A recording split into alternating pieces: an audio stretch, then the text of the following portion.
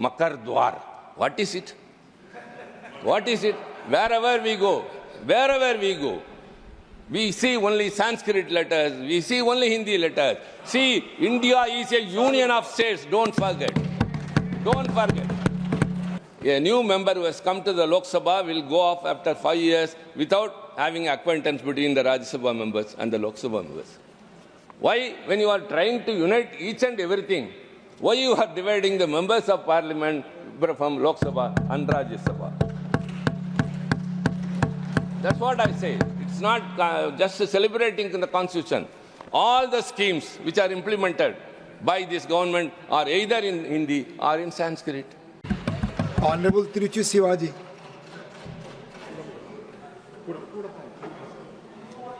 Thank you, Mr. Deputy Chairman, sir.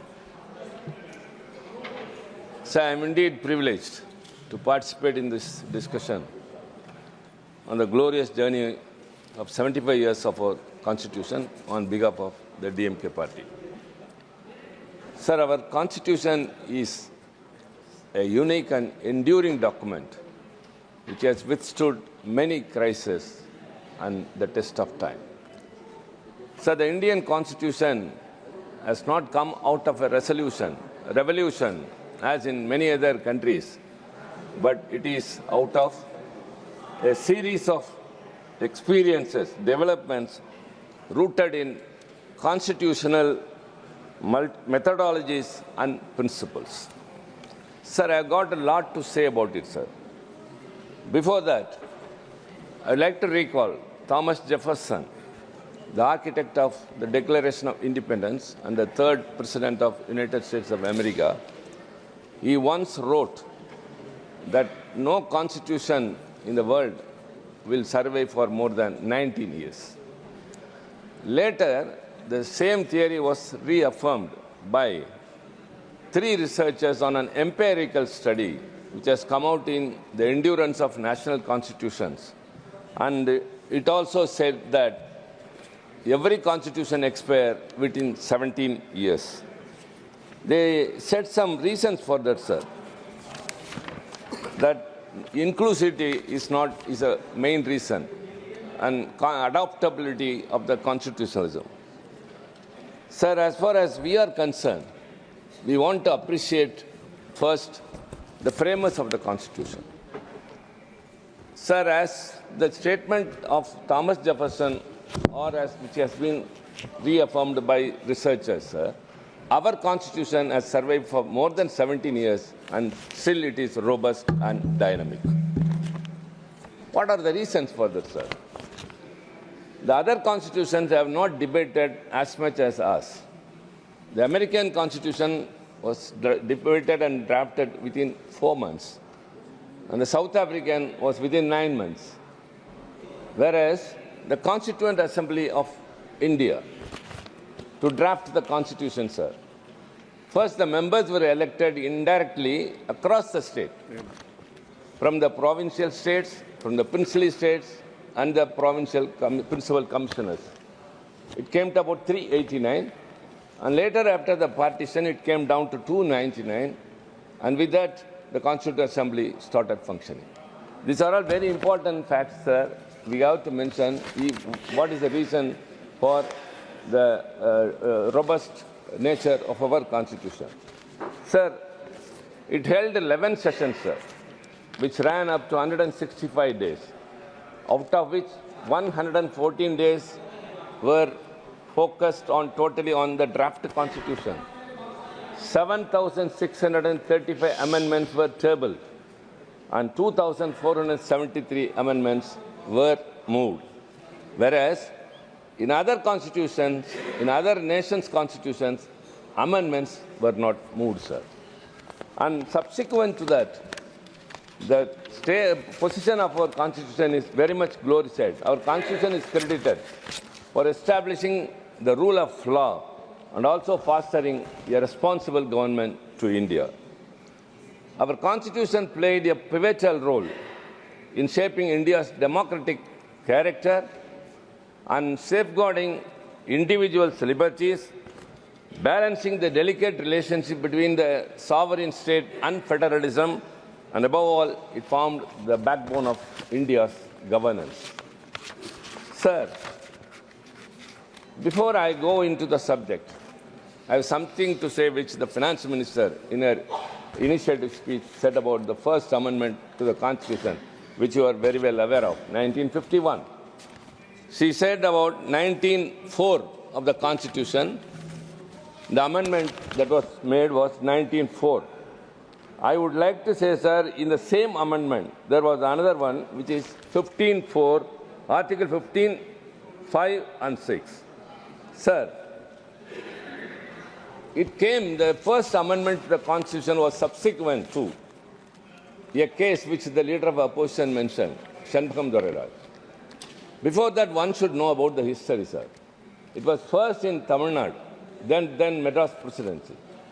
In 1921, when the Justice Party, our parent body, was ruling Tamil Nadu, a communal GO was issued.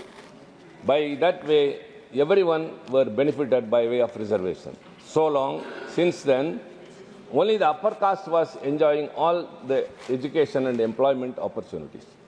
And that was made with more reservation in 1927. And later, sir, this Shanbhagam Doreraj filed a case in the court that this communal reservation deprives her of a genuine seat in medical. The court, without applying. The later came the fact. The court upheld her case and petition and struck down the communal reservation. The strange part of this is the Shanbhagam Doreraj who has filed the case was not at all an applicant. So it was struck down, and all those days which were enjoyed by the people of OBC, SC and other communities, this reservation benefit was really shocked. So at that time, Thanai Periyar, our mentor and our founder leader Anna, launched a very big agitation in Tamil Nadu demanding for reservation, and it became a people's movement. And because of that, the 1951 amendment was brought. The first amendment, it says that nothing in this article or subclass, nothing in this article or in class 2 of the Article 29 shall prevent the state from making any special provision for the advancement of any socially and educationally backward classes of citizens or for the scheduled caste and the scheduled tribes. So, sir, this 1951, First Amendment, no one should forget, sir, that without this, the benefit would not have been extended to the suppressed and oppressed classes all those years. It was thanks to the Dravidian movement. What we call now Dravidian model is only this. Only because of that, the reservation was restored.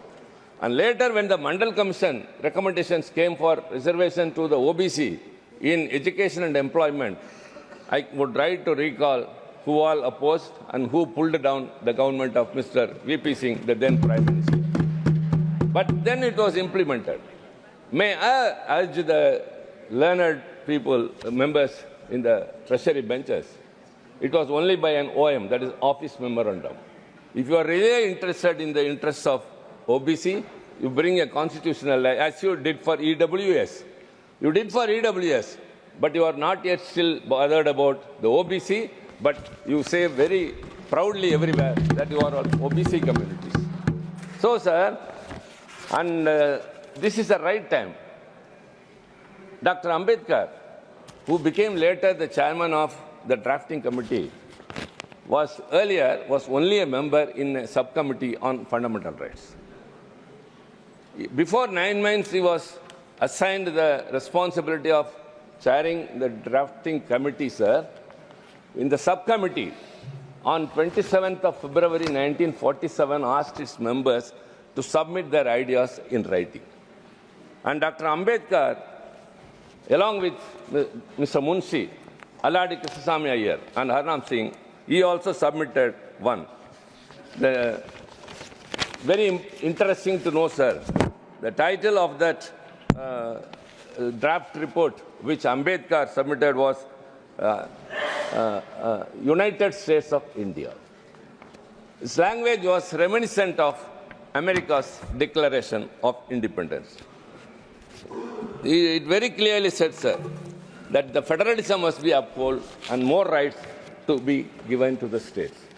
But on the day of adoption, Munshi's draft was adopted by the committee, and Ambedkar was not also there. It was not pressed. Later, he tried his best to implement what all was in his mind in the United States of India.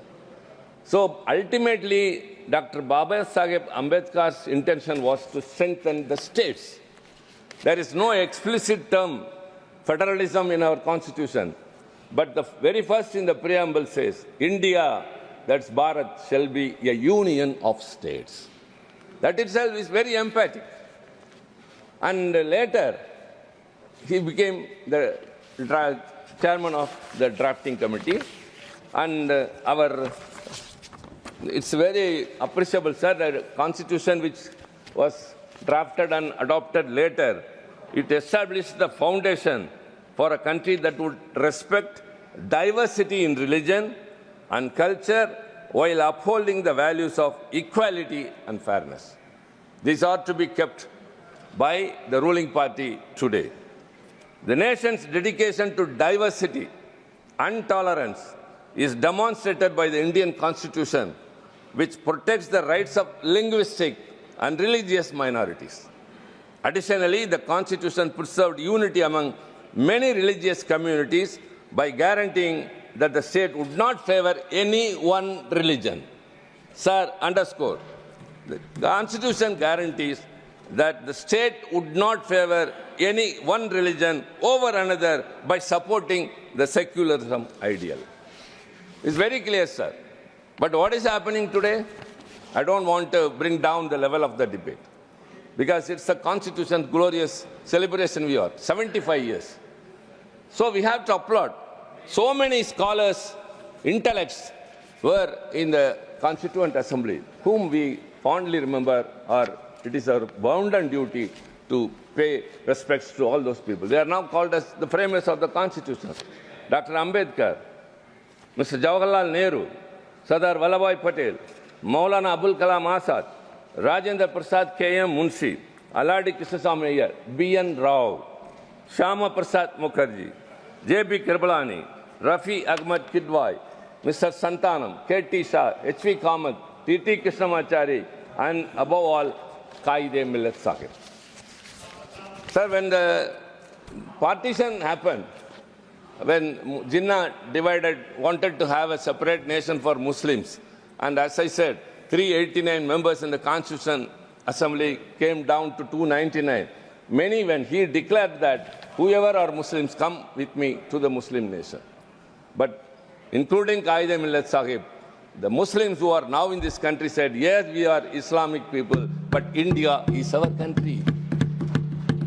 But how they are treated now?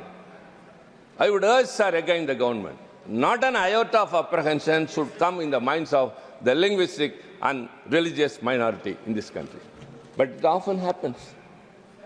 We have to see to that, sir. Everything. And Dr. Ambedkar very responsibly told that. He was, of course, lauded by everyone.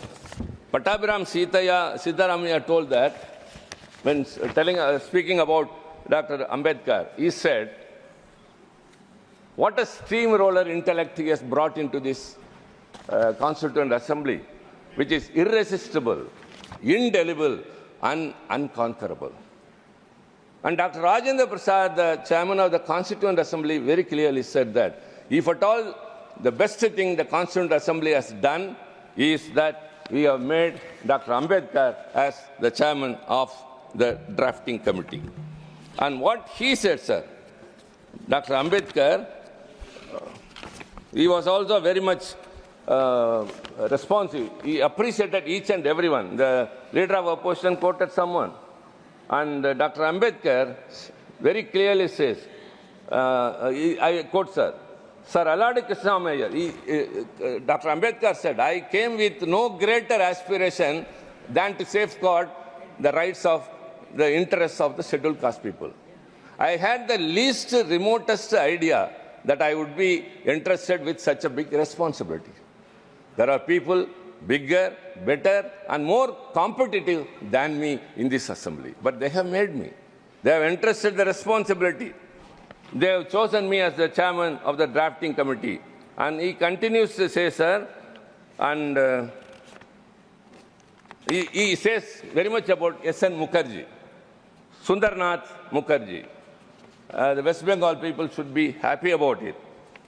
The Surendranath Mukherjee, he said, the task of the drafting committee would have been a very difficult one if this Constituent Assembly has been merely a motley crowd, a tessellated pavement without cement, a black stone here and white stone there, with each member or each group was a law unto itself. In that respect only, he is appreciating the Congress. It is because of the discipline of the Congress party that the drafting committee was able to pilot the Constitution in the Assembly with the sure knowledge as to fate of each article and each amendment. My job is not to be a spokesperson, sir, but I call a spade a spade. We have got many things, but we call a spade a spade. And Dr. Ambedkar shared the credit with each and everyone. He said party discipline, in all its rigidity, would have converted this assembly into a gathering of yes men. Fortunately, there were rebels. There were Mr. Kamath, Mr. Deshmukh, Mr. Sidhwa, Professor K.T. Shah, and Pandit Hridayanath Kunsu. So when he appreciated those who supported, at the same time, he also mentioned those who were rebels, who spoke against. That is dissent, that is democracy. So that has emerged in those days itself. Sir, the Constitution has very great qualities. I don't want to go into that. I got something else. I want to remind of our great leader, the great thinker, uncomparable, and still not still, sir, forever, the very best scholar is our Anna, the founder leader of our DMK party. Sir, he used to write letters in the party official organ to his party cadre, enlightening them of what is going on in the country, enriching them with the history of the world. The revolutions happen here and there. For what reason? And all people have come out of slavery.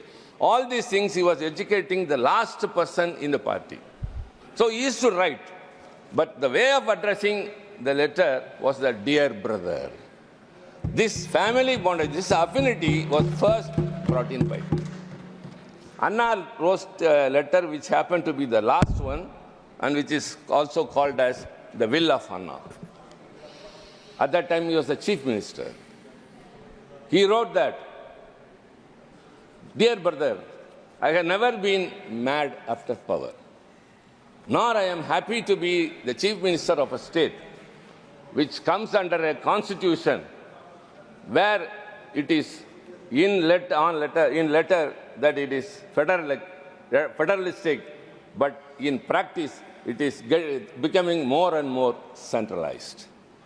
So he expressed that autonomy has to be given to the states. This was his last wish, and so it is considered as a will. Because he realized the states which are the constituents of this union were weakened slowly, one by one stages. What is happening is now much worse. All the laws that have been enacted in the recent days by the BJP has either usurped the powers of the state or transgressed into the state's powers or minimizing, declining everything. This I have to mention, sir. Later, after the demise of Anna, our great leader, Dr. Kalaignar, the late Dr. Kalaignar, he took over the party president and the chief minister of the state. He immediately appointed, the first thing he said when he addressed the press in Delhi after meeting the prime minister conventionally, the first thing I'm going to do is to constitute a committee to go into the center-state relations. Because without powers, being a chief minister of a state is of no use. Much worse is what is happening in Delhi now. The Delhi, totally the chief minister's powers have been taken and given to the LG, and the chief secretary will master over the chief minister, and secretary will master over the minister. That is what's happening in Delhi. That's union territory. But even in the states were not able to fulfill the needs and the requirements of those people. So Dr. Kalaignar, he constituted a committee under the then former Chief Justice of Madras High Court, Dr. Rajamannar, and along with him two other luminaries, Chandasamy and one Lakshmanaswamy, an academician. And the terms of reference was very important, entrusted to the committee. The terms of reference were, kindly look into it, that what are the powers from the union list and the concurrent list should be transferred to the state list. And what are the powers that have to be deleted from the union list. And when it was given, it came out with a very, important report. It came out. It gave too many number of suggestions, out of which one is Interstate Council, which also was brought into action during 1989 when VP Singh was the Prime Minister, thanks to our intervention, sir. And it advocated for more rights to the states. And Rajamannar's committee's vision is still a document which everyone, whoever wants to see, go into it. So also the Sarkaria Commission later appointed during Mrs. Indira Gandhi's regime. That also went into the center-state relations. Later the Poonch Committee, that was also appointed for this. All these committees converged at one point that the India's individuality lies in diversity. They identified, the Poonch Commission, sir, Justice Rajamannar Committee called for greater autonomy to states, including financial independence and a re-evaluation of centrally sponsored schemes. I think learned ministers are here, other members who are also learned are here. A rural scheme which is suited to Tamil Nadu will not be Rajasthan or any other northeastern. So centrally sponsored schemes has to be re-evaluated. It needs a re-evaluation. The Sarkaria Commission furthered this vision by emphasizing consultation before union legislation affecting states and a larger share of tax revenues to be devoted to states. Despite these recommendations, implementation has been partial, having much of contradiction intact. The Poonch Commission identified the need for reforms in the current list and concurrent list and proposed institutionalized mechanisms for reforms for resolving disputes between the center and the states. So these reports offer a roadmap, but challenges still persist. Practically, the area of fiscal devolution and legislation overlap. This is where the commitment of federalism must be tested by ensuring that states are empowered to contribute effectively to the people nation building without being stifled by central overrule. Sir, we are much affected. Dr. Ambedkar said, caste and creed discrimination is prevailing in India. But out of our experience, we feel that the regional discrimination is much more predominant now. Stepmotherly attitude is shown to the states. For example, even the Finance Commission, devolution of taxes, Tamil Nadu has been slowly, the devolution is declining. The 12th Finance Commission gave 3.069 and the 15th gave only 2.6. And whatever, for every 1 rupee we give to the tax basket, we give only 29% in return. Whereas, actually the southern states, that too especially Tamil Nadu, which contributes more to the GST of this nation, GDP of this nation, is of course affected very much. Whereas those nations which are of lower fiscal discipline, they are rewarded much. For what? That is what we said, regional discrimination. I don't want to mention any particular state because our friends are here from various other states. But we feel that the northern states are shown more favoritism, showing lower fiscal discipline, whereas Tamil Nadu, which is performing very well in every, for example, in the higher education, the enrollment ratio overall in India is 28, whereas ours is 52%. So in every area, every sphere, the Tamil Nadu is doing very well, but we being victimized by the union government. So also, sir, the borrowing restrictions imposed under Article 293 undermines the autonomy of the states, discourages fiscal discipline, and stifles regional growth.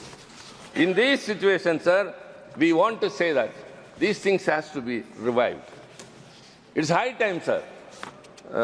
Even the very important is language policy, a sensitive issue that needs recalibration. Tamil Nadu's consistent opposition to the imposition of Hindi is not about rejecting a language, but about preserving its linguistic diversity. The two-language formula adopted in Tamil Nadu has fostered inclusivity without compromising on national unity. Sir, during the Constituent Assembly debates, though there was no subcommittee as like other things for language, but it happened so that when many proposed for Hindi to continue. Before independence, the official language of India was only English. But later, after the independence, the Constituent Assembly, they debated it, and a section of the members supported Hindi, and a section of the members supported English. And when it came to equality, Rajendra Prasad, Dr. Rajendra Prasad, who was then the chairman, cast his vote, and by that, Hindi became the official language. And very importantly, article, the language.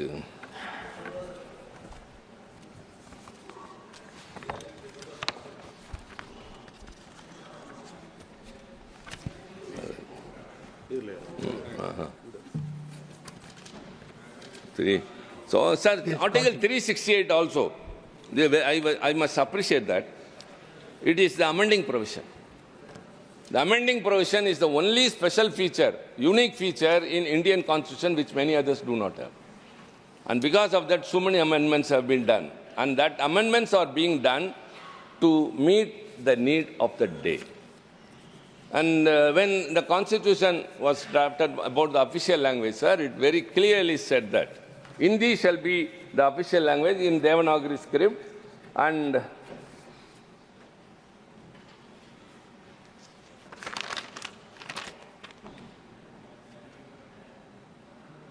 notwithstanding anything in this article, Parliament may be law provide for the use after the said period of 15 years, the English language or the Devanagari form of numerals. So it said that after 15 years of the enactment of the Constitution, English will go off, and then only Hindi will be the official language. Sir, again, our founder leader Anna, this house was benefited by his presence as a member from 62 to 67. He spoke very much about the language policy, and the Official Languages Amendment Act 1963 came, and it declared that the official language, the English shall also be the official language, as long as the non-Hindi speaking people accept it. Sir, whereas this government is totally thrashing all those things, what the Constitution has assured, it is not enough that you celebrate a Constitution Day in the Central Hall, which you have deserted. And it is not enough if you have a debate in both the houses of Parliament. It must be not only in letter, in spirit also it must be. When it has been assured, India is a country of complexity. It is multilingual, multicultural, multi-regional, multi-religious. Whereas you want to bring everything one nation, one election, one nation, one ration card, one nation, all, everything. One. But only this Parliament divides the Lok Sabha and the Rajya Sabha. The Central Hall, which used to unite the members of both the houses, is now totally, we are deprived of that. A new member who has come to the Lok Sabha will go off after 5 years without having acquaintance between the Rajya Sabha members and the Lok Sabha members. Why, when you are trying to unite each and everything, why you are dividing the members of Parliament from Lok Sabha and Rajya Sabha? That's what I say. It's not just celebrating the Constitution. All the schemes which are implemented by this government are either in Hindi or in Sanskrit. Learned ministers, Puri is here, my dear brother Yadav is here. Kindly tell. Bhupender ji, you know better. It says that any bill or anything should be in English, the Constitution says. But who authorized you to name the nomenclature of every scheme that you bring or every bill you bring, either in Hindi or in Sanskrit? We enter into the parliament. Now that we are accustomed, we are spelling out, pronouncing it, but we do not know the meaning. Makar Dwar. What is it? What is it? Wherever we go, we see only Sanskrit letters, we see only Hindi letters. See, India is a union of states, don't forget. Don't forget. In the 8th schedule of the Constitution, there are 22 languages, and all those languages should be respected. And no one language should dominate the other. The Tamil is the ancient language in this world. It's the hoary language. When you say Sanskrit and Tamil are ancient, or they are classical languages, Sanskrit is not a spoken language. It's only in books. It is in Vedas.